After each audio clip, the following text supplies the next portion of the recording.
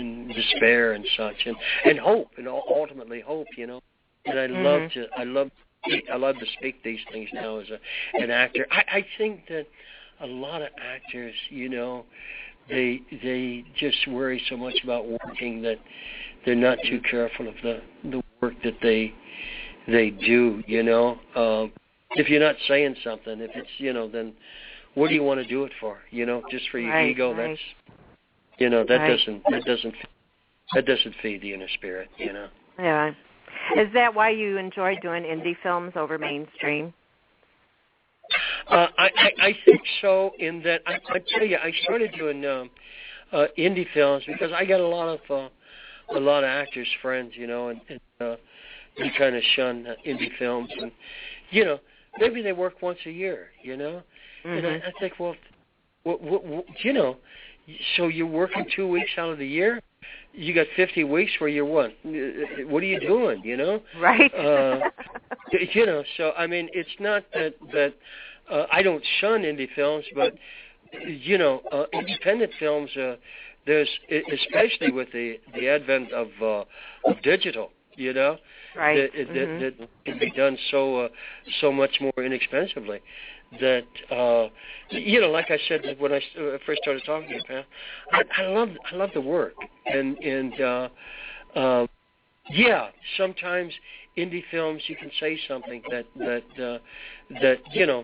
mainstream films are by their very nature, they talk to the lowest common denominator, for the largest audience, and they're very commercial.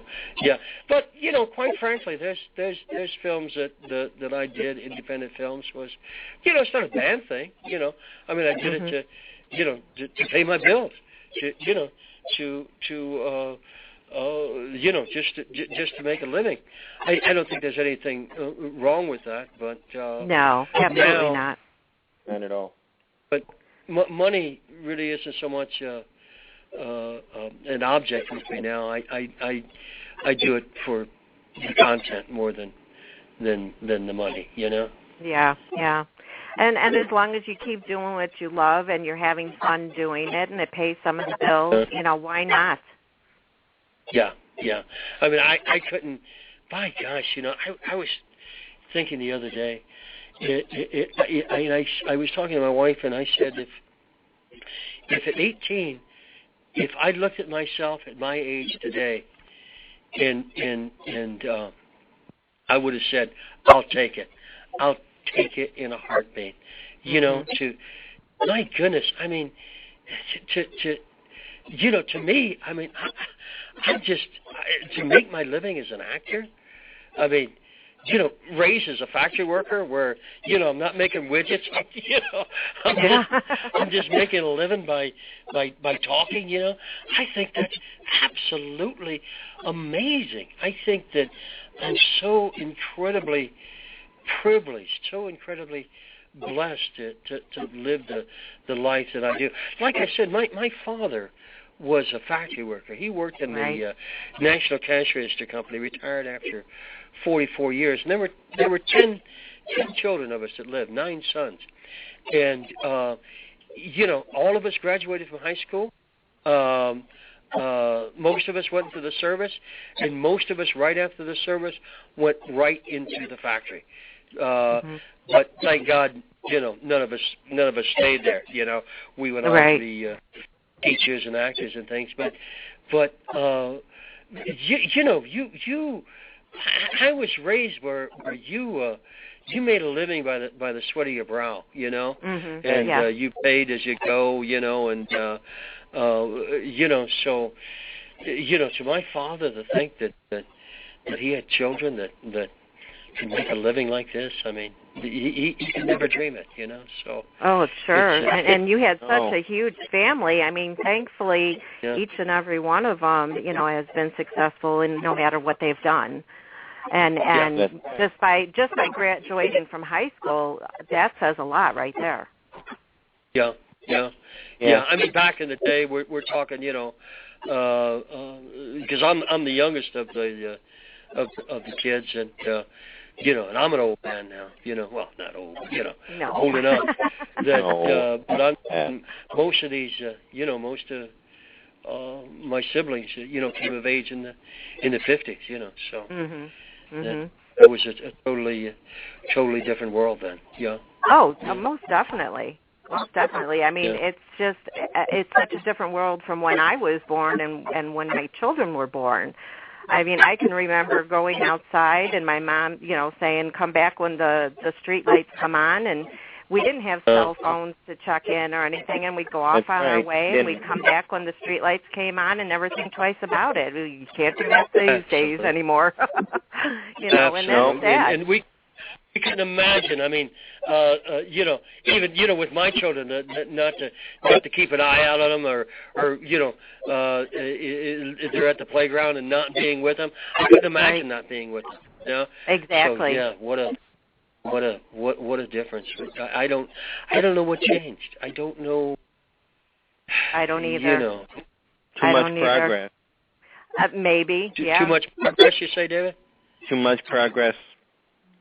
Yeah, and it gets scary. And too little thinking about the simple things of life that really make life worth living. We're in an age now that so many people are chasing the dollar, and it's like it's super capitalism. It's capitalism on steroids. We risk everything, our marriage and our children and our lives and our peace of mind, everything to make a dollar, and it's not, it's not even what it can buy. It's just in the making of it, It's like a national disease almost. That's so true. That's so true. And it's so sad. I mean, really, people stop and smell the roses. Take time to spend with your family and your friends. That's it. I mean, just recently with that Paul Walker dying at the age of 40, I mean, my gosh, people need to stop and take a look at that and think about their own lives. Yeah, and it is, I say this from my stage of my life, and you have younger listeners, that they're going to live forever, but life is so short. It is so incredibly short, and I think, I just, I was 20, and I turned my head, and now I'm 60-something, I mean, it just goes by in a flash, and you just got to live it. You just got to be in the moment and just live and just get all the passion and the joy and the love and the goodness out of each and every day, and really, and think about really why you're here and who you are. I mean, who you really are, And very few people ever ask themselves, who am I? Who am I? And if they did, they'd find that it's a very profound answer. And we're all special. We're all very holy, and we're all very good, and we all are meant to do good things in this life. Anyway, I'm sorry I'm getting on that bandstand, but that's okay. That's okay. I couldn't agree with you more. I couldn't agree with you more. But let's talk about your book, Wiping Off the Sheen. I don't have the book yet. I don't have it yet, but I was able to read some stuff on Amazon, which I'm so happy that they put it on there. And I read the introduction of the book, which was written by Dr. Scott Shaw. And you've worked with him many times, and he has the highest regard for you, not only as an actor, but also as a friend. But there's one thing in there that I read that I laughed and laughed, and it was something that I said earlier about you being a ballerina, but it was about, he talked about the part in Rollerblade 7 where there's a dance-off, and he said, Joe shook his hips with the best of them. I really didn't like that. God bless you. I tell you, this was back in, there used to be a director by the name of Don Jackson who I loved. And Don Jackson was a very unique filmmaker. He never had a script per se. He kind of had an outline of what he wanted to do, and then he let you improvise, which was absolutely unheard of in film. So I got to do an incredible amount of improvisation for Don. You know, and you do that as an actor, and you find out a lot about yourselves, and you find talents that you never knew that you had. And one of the talents I found, I'm a pretty good dancer. You know. Yeah. At least I was back in the day. You know. Yeah. Well, I thought that was so cute when he said that. Yeah, he's a good man. He's still out there. And he's still working, and he's quite an author himself. Dr. Shaw, I think he's written about a dozen self-help books. I think, you know. Yeah. Yeah. Well, I also noticed that there's pictures of you sword fighting. I mean, you've done quite a few different things. And I love that you put it in the book. And why write a book now? What is this about? Well, you know, I had two friends that just came to me, and they had a publisher that wanted to publish a book, you know, with me, and I was quite flabbergasted. You know, I was quite flattered that they would ask, and you know. It was, you know, my brother is Martin-sheen, and my whole career, I think, and we look alike, you know, so, you know, and I get recognized on the street a lot, and a lot of the times it's because they think I am him, you know, so. Right. Recognize me. I say, "You sure you got the right guy here?" You know. Yeah. So it was kind of that was kind of every time I get in a makeup chair with a new makeup person, and you know, and she's working on my face there, and I say to who's ever listening, who's ever close, I say, "You know what they're doing here to my face? You know what they're doing?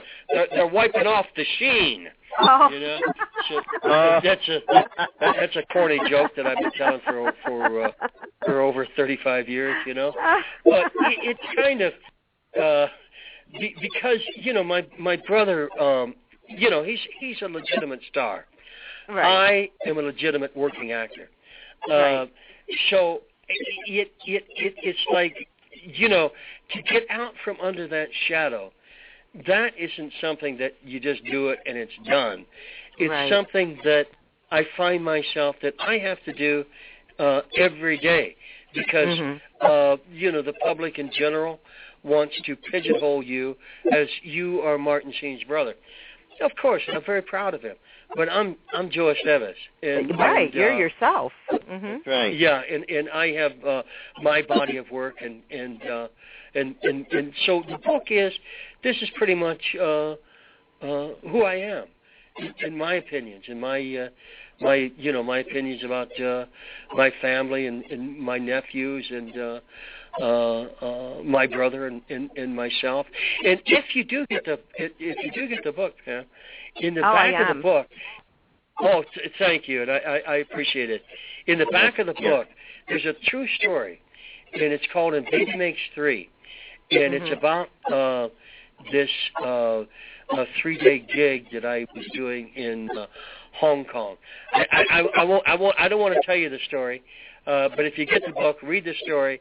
In that short story, Baby Makes Three says more about me than the rest of the book. And also in writing Baby Makes Three, that's the first. You know, I wrote scripts and everything, but you know, that's I found that you know, I think I got a little talent as a writer, and so I've been writing of late, which is you know, boy, it's any writer out there is tell you it's not easy, but by God, it's incredibly rewarding when you've written something that you're proud of. It's incredibly rewarding. Oh, I'm sure it is. So anyway, Baby Makes Three. If you can read that, I think. And listen, when I come to Chicago, Pam, I'm going to look you up and we'll talk about that. Okay? Oh yes, definitely. I'm waiting for my copy actually to come now. I ordered it from Amazon, so I'm just waiting for it to come. I mean, just a little bit that I got to read that they let you see on there. It just was amazing, and people just absolutely love you, Joe. They absolutely love you. Well, and thank you for that. And, what a